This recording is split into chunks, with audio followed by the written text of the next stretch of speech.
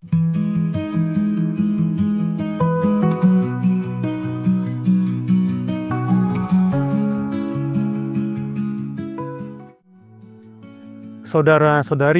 terkasih dalam Kristus, kita bertemu kembali pada kesempatan ini bersama saya, Romo Robert Pius Manik Okarem.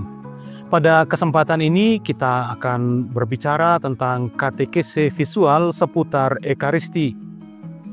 Dalam katekese ini saya mencoba untuk memberikan tema tentang roti dan anggur yang kita pakai dalam perayaan Ekaristi. Dalam katekese ini saya lebih banyak kali ini fokus pada aspek historis penggunaan media roti dan anggur dalam perayaan Ekaristi.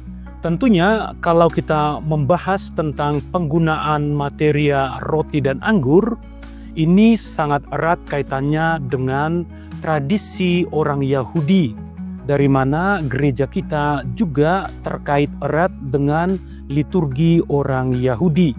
Karena Yesus dan para rasul juga berasal dari tradisi orang Yahudi. Seperti kita ketahui, pada kisah perjamuan malam terakhir, Yesus mengadakan perjamuan bersama para rasul. Yesus mengidentifikasi dirinya dengan roti dan anggur. Nah, untuk memahami arti dan makna roti dan anggur dalam perayaan Ekaristi di gereja Katolik, maka kita akan sangat terbantu ketika kita juga memahami apa arti roti dan anggur dalam perjamuan orang Yahudi. Bagi orang Yahudi, roti itu termasuk makanan pokok. Roti yang dipakai oleh Yesus dalam perjamuan malam terakhir itu adalah roti tak beragi, yang dalam bahasa Ibrani disebut dengan matzah. Matzah itu terbuat dari gandum murni, dicampur dengan air mineral yang murni. Hanya itu saja. Nah, biasanya untuk orang Yahudi, matzah atau roti tak beragi ini itu sangat mudah dibuat. Semua orang punya matzah di rumah. Bahkan orang-orang sederhana pun punya matzah di rumah.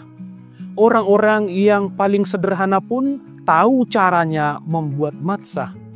Maka dengan kata lain, matzah ini bukan barang mewah. Kalau Yesus menggunakan matzah atau roti tak beragi, itu artinya Yesus mau mengidentifikasi dirinya dengan roti, sehingga semua orang, termasuk orang yang paling sederhana pun, mampu mengakses roti itu.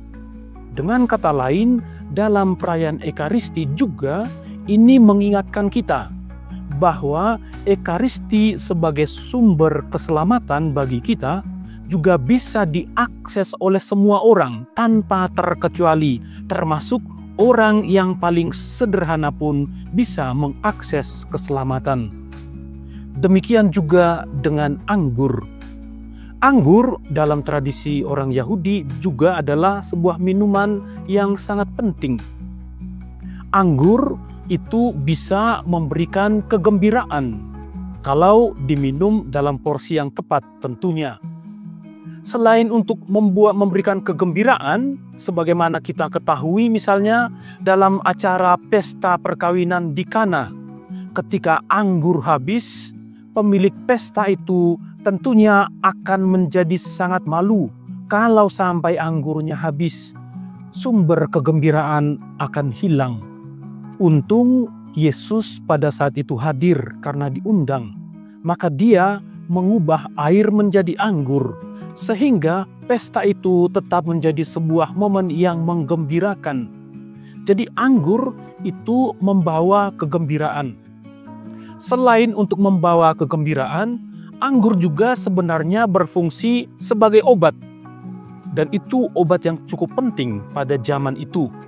Contoh, dalam kisah orang Samaria yang baik, ketika bertemu dengan orang yang sekarat, terluka, dipukuli, yang dia lakukan ialah dia menyiram luka-luka orang yang terkapar ini dengan anggur. Karena apa? Anggur itu dianggap sebagai alat pembersih untuk luka-luka sehingga cepat sembuh. Yang untuk orang modern sekarang misalnya itu dianggap sebagai sanitizer. Jadi anggur di samping membawa kegembiraan, anggur juga berfungsi sebagai obat yang menyembuhkan.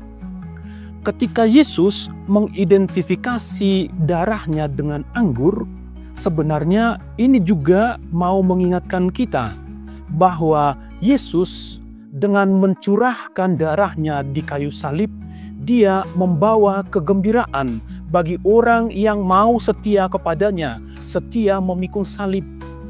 Selain itu, dengan menerima anggur atau meminum anggur yang sudah menjadi darahnya, kita diselamatkan, kita disembuhkan, kita dipulihkan dari luka-luka akibat dosa kita.